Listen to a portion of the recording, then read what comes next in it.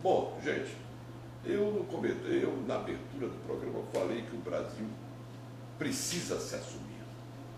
O Brasil, acima de tudo, é um país rural. É um país onde a agropecuária equilibra a balança comercial. Ou seja, traz dinheiro de fora para o país e sustenta todos os habitantes do Brasil. Tudo que vem na sua mesa vem da agropecuária. Na realidade, a couve-flor não nasce no prato de salada, o tomate também não. A carne não nasceu na bandeja, ela veio numa fazenda. E os negócios em torno da agropecuária são muitos. Ultimamente, no Pará aconteceu um fenômeno fantástico.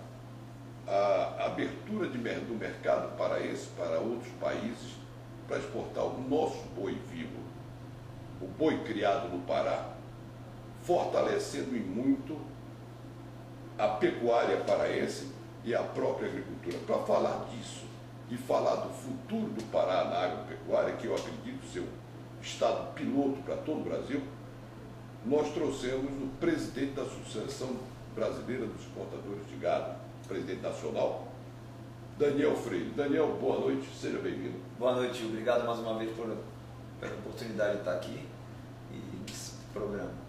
Ô Daniel, a agropecuária é uma base forte nesse país, mas sofre tantos percalços, né?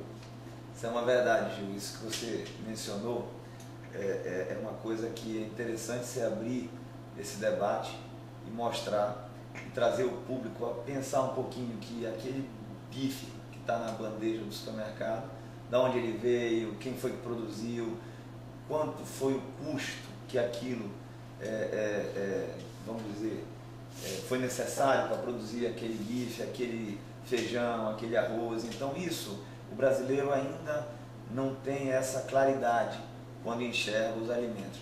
Diferentemente, por exemplo, da Europa, você vê, um ex-presidente da República chegou a comentar que uma vaca na Europa recebia mais dinheiro do governo do que as crianças pobres do mundo. Isso é verdade, mas você sabe o que acontece, Gil? É que a Europa passou por muitos problemas, e a América também, os Estados Unidos, de guerra.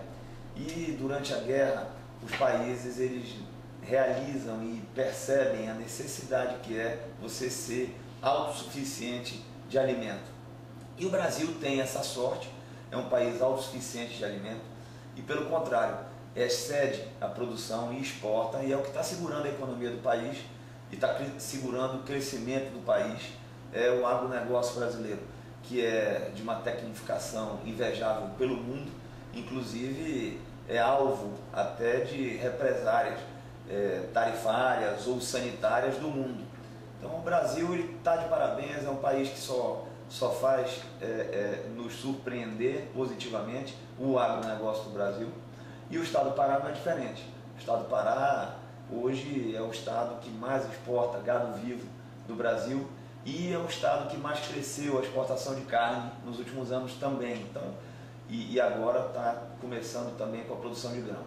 Esse é um debate interessante que você traz à voga. Bom, o rebanho brasileiro está entre 200 e 210 milhões de cabeças. Isso. Cabeça, veja bem, eu costumo dizer, meu caro telespectador, que quando a gente tem um rebanho pequeno, tem 20 cabeças, ele não diz 20 cabeças, ele diz 80 patas, que aí representa mais, né? Mas é a medida do boi hoje, é a medida de cabeça. Cabeças, e o Pará está com o quê? 20 milhões? 20 milhões de cada, 19 a 20 milhões, pelo último censo que a Depará, que é a Agência de Defesa Agropecuária do Estado, levantou. Quer dizer, 10% do rebanho nacional. 10% do rebanho nacional. O Pará hoje é o quinto maior rebanho do país, mas é o quarto rebanho comercial de carne, porque Minas Gerais ele é quase que na sua integralidade leiteiro, para leite. Para leite. Aqui nós temos o quê? Pecuária de corte? O Pará ele é basicamente pecuária de corte.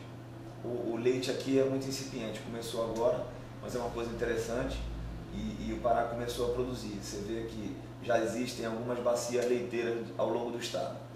E recentemente o Brasil deu uma demonstração fantástica de transparência e de competência na área de sanidade animal.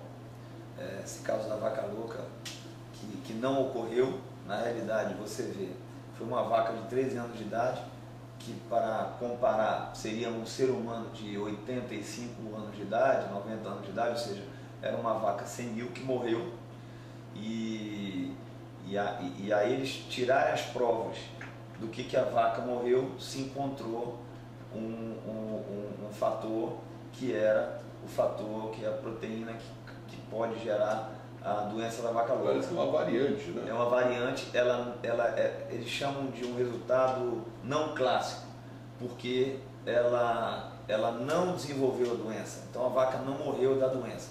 E o Brasil, mantendo o compromisso de transparência com a sanidade e transparência com o que acontece no país, ele abriu isso para o mundo e até injustamente foi penalizado. Na realidade, essa penalização eu enxergo que pode ter sido um pouco de interesse, outro tipo de interesse que não sanitário, porque a própria Organização Internacional de Epizootise, que é o órgão mundial que controla as doenças de rebanho do mundo, ela não desclassificou o Brasil, pelo contrário, manteve o risco insignificante para a doença. E o Brasil, de acordo com as notícias, o doutor Guilherme Marques, da DSA, da Diretoria de Sanidade Animal, e o doutor Enio Marques, da Secretaria de Defesa Agropecuária, estiveram na Organização Mundial do Comércio e deram um banho, mostrando, porque, meu caro telespectador, é muito fácil um país com 200 e poucos milhões de cabeças ter um caso desse e se esconder. Se isso aqui fosse um país, desculpe a expressão, esculhambado, ser um programa de sanidade animal, seria muito fácil esconder resultado. Não, seria até muitos, até pelo contrário, tem gente que critica o posicionamento do Brasil. Por que vocês abriram isso? Por que não esconderam, não seguraram isso? O Brasil, graças a Deus, nós orgulhamos de falar, é um país democrático e nós nos orgulhamos muito, nós exportadores de gado, do Ministério da Agricultura. É um órgão altamente competente, é um órgão altamente capaz, principalmente, de resolver qualquer tipo de tema sanitário, não só do rebanho, mas do agronegócio do Brasil. Se não fosse o Ministério da Agricultura, o Brasil não teria chegado como líder de exportação de carne mundial e o quarto maior exportador de gado vivo do mundo. Eu até posso corrigi-lo, porque a gente lê que ele é o quarto maior exportador de gado do mundo, mas é o segundo via marítima. Via marítima, só perdemos só para a Austrália. Só perdemos para a Só Austrália. para a Austrália. E na realidade o Pará é o quarto. Não podemos considerar, já que o Pará exporta 98% das exportações do Brasil, 97% sai do estado do Pará. Nos orgulha muito. E esse dinheiro todo do exterior em dólar e às vezes em euro vem para o Brasil. Vem para o pecuarista. Vem para o Brasil, vem para o Pará, são recursos renováveis, é bom e interessante falar. A pecuária, Gil, diferente de, por exemplo, do minério, o minério, a agregação de valor dele, ela é quando você parte para a segunda etapa, a laminação e a verticalização da produção. O boi, nós temos estudo, vasta enciclopédia que fala, nós temos vários estudos técnicos, tirando a parte emocional, que o boi, e vamos pontuar, a pecuária é o maior empregador do estado do Pará, são mais de 400 mil empregos. Uma coisa interessante, no estado do Pará, que nós estamos aqui falando, são 110, a ADEPará tem 110 mil propriedades rurais cadastradas. Das 110 mil propriedades rurais cadastradas, 90 mil tem até 200 cabeças, ou seja, não existe aquela figura do latifundiário, de dono de terras, o senhor de terras. Então isso é a renda familiar, é o cidadão do campo, é o fazendeiro que tem até 200 cabeças, que vive com sua família lá, e isso desenvolve o Estado. Então, essa geração de riqueza da porteira para dentro, o que é que eu falo? É da fazenda para dentro. Por quê, Gil? Você pega uma semente de capim. Tem um gráfico. Tem um gráfico. Nós temos um gráfico aqui. Olha, você tem da porteira, antes da da porteira para dentro, 54% da agregação de valor é da porteira para dentro. Nós temos aqui, ó, enxergar essa parte aqui vermelha e azul. O setor da indústria, ele representa 13,7% só, e a distribuição 32%. Então você pega o setor de insumos, que é sal mineral, medicamentos veterinários, ele representa 14,65%, 39,42% é o setor da produção. Por quê? Você transforma uma semente de capim em proteína bovina. Existe transformação maior do que uma semente de capim, um capim, uma toceira de capim se transformar em 1 quilo de carne, seja ela viva, porque é da porteira para dentro, está viva, mas se transforma em proteína. Então isso é uma transformação muito grande. E o que é mais importante, esses dólares que realmente entram no mercado, eles entram para, isso é um recurso renovável, eles entram para enriquecer e tecnificar mais ainda a pecuária. E quando você tecnifica a pecuária, Gil, você evita, se o fazendeiro tem dinheiro e acredita no próprio negócio, ele vai tecnificar, ele vai ganhar produtividade. E na realidade, até alguns anos atrás, alguns fazendeiros estavam saindo da produção, porque o lucro anual era muito baixo. Muito baixo. Hoje parece que mudou isso. Existe uma máxima até na área rural, e a conversa do campo é que o fazendeiro só realiza que é rico quando morre, porque os filhos vendem a terra e a viúva e a família vai viver bem.